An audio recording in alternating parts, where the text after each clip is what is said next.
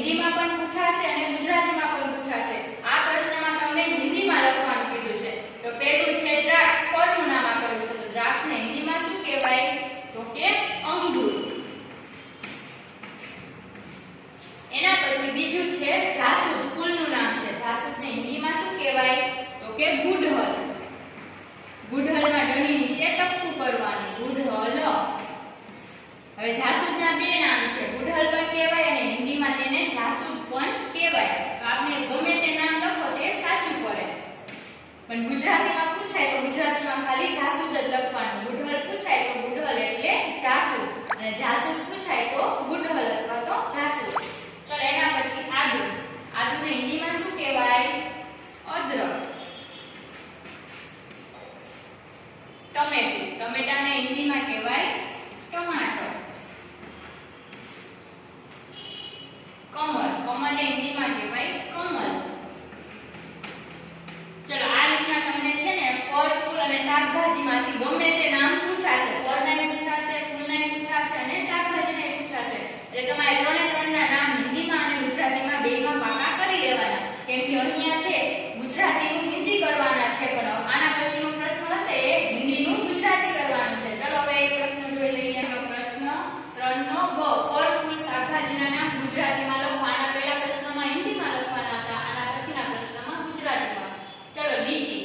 હવે લીચીને ગુજરાતીમાં શું કહેવાય? તો કે લીચ. ફળનું નામ છે.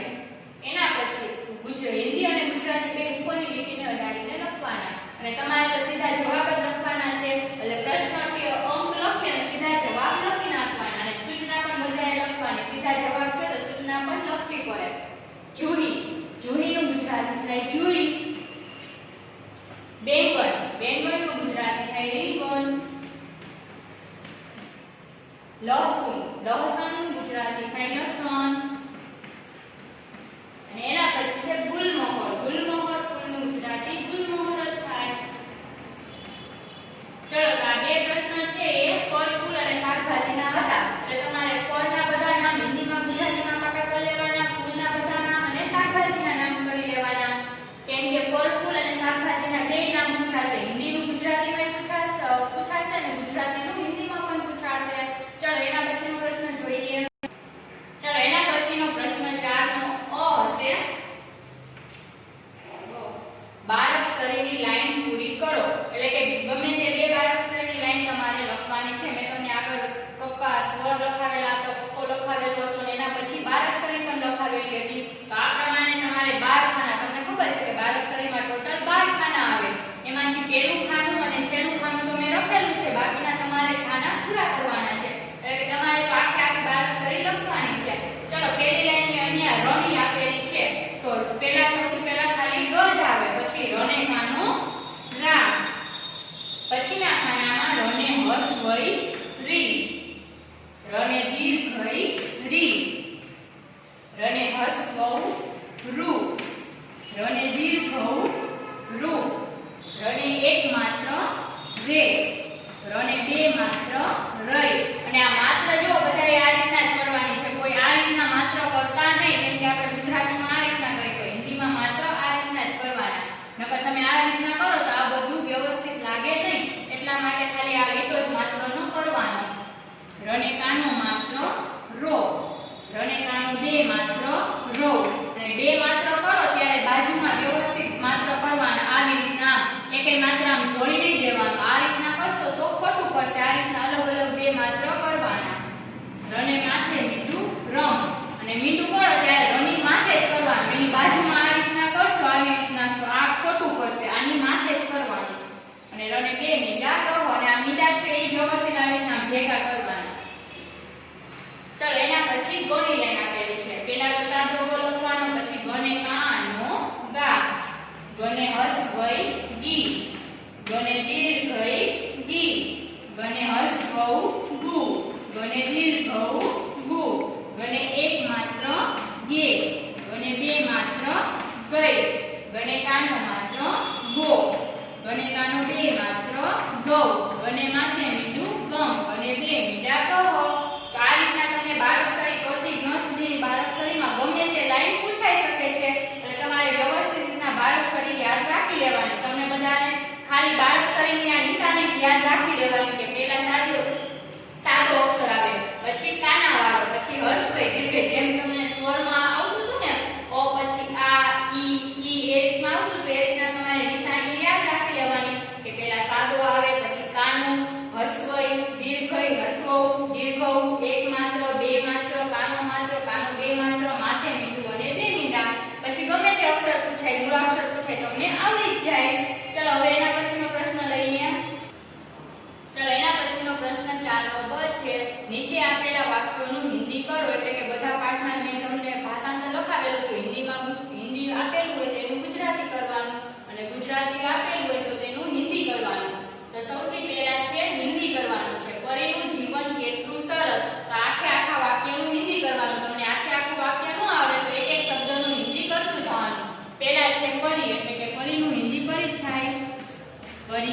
જીવન, જીવનનું હિન્દી જીવન.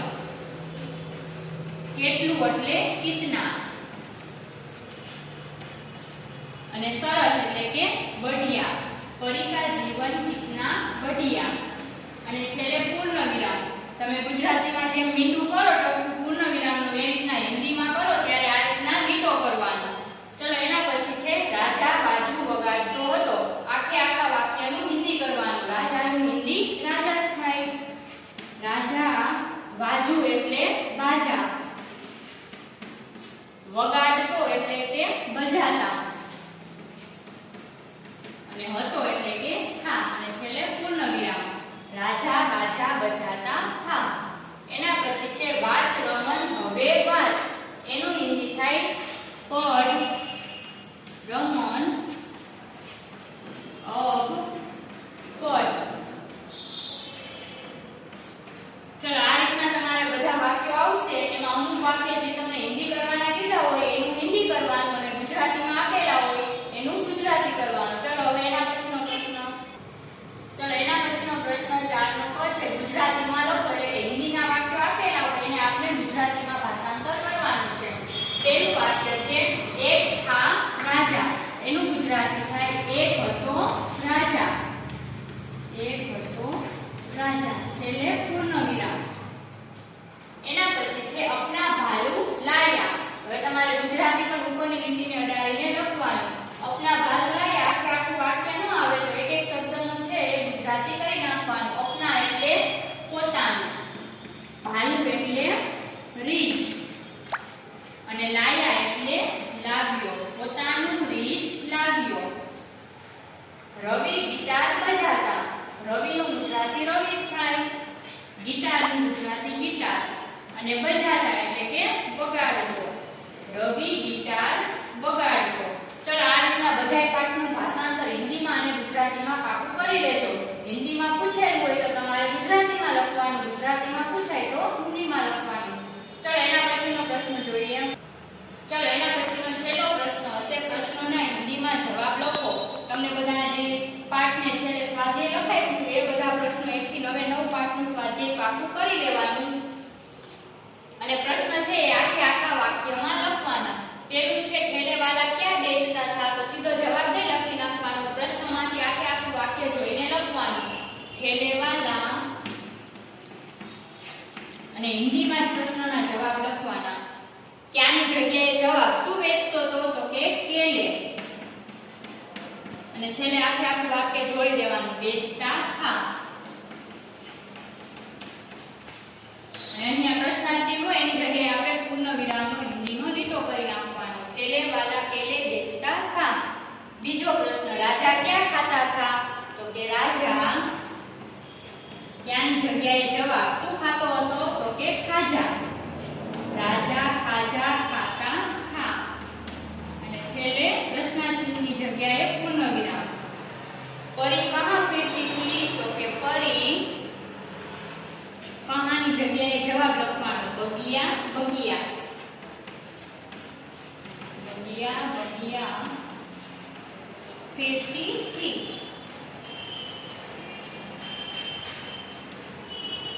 ચલો આ રીતના તમારે સ્વાધ્યાયના પ્રશ્નો જવાબ પૂછાશે. તો તમારે જે પેપર આવવાનું છે એમાં આ રીતના બધું વ્યવસ્થિત રીતના રિવિઝન કરી લેવાનું. જે આ સત્રનો કોર્સ છે પ્રથમ સત્રનો કોર્સ જેટલો બુકમાં લખાવેલો છે આખે આખો પાકો કરી લેવાનો. સ્વર વ્યંજન કરવાના. સ્વર વ્યંજનથી શરૂ થતા શબ્દો, 1 થી 50 ગિનતી, ફળ ફૂલ ને શાકભાજીના નામ અને 1 થી 9 પાઠનું શબ્દાર્થ, ભાષાંતર અને સ્વાધ્યાય બધે બધું પાકું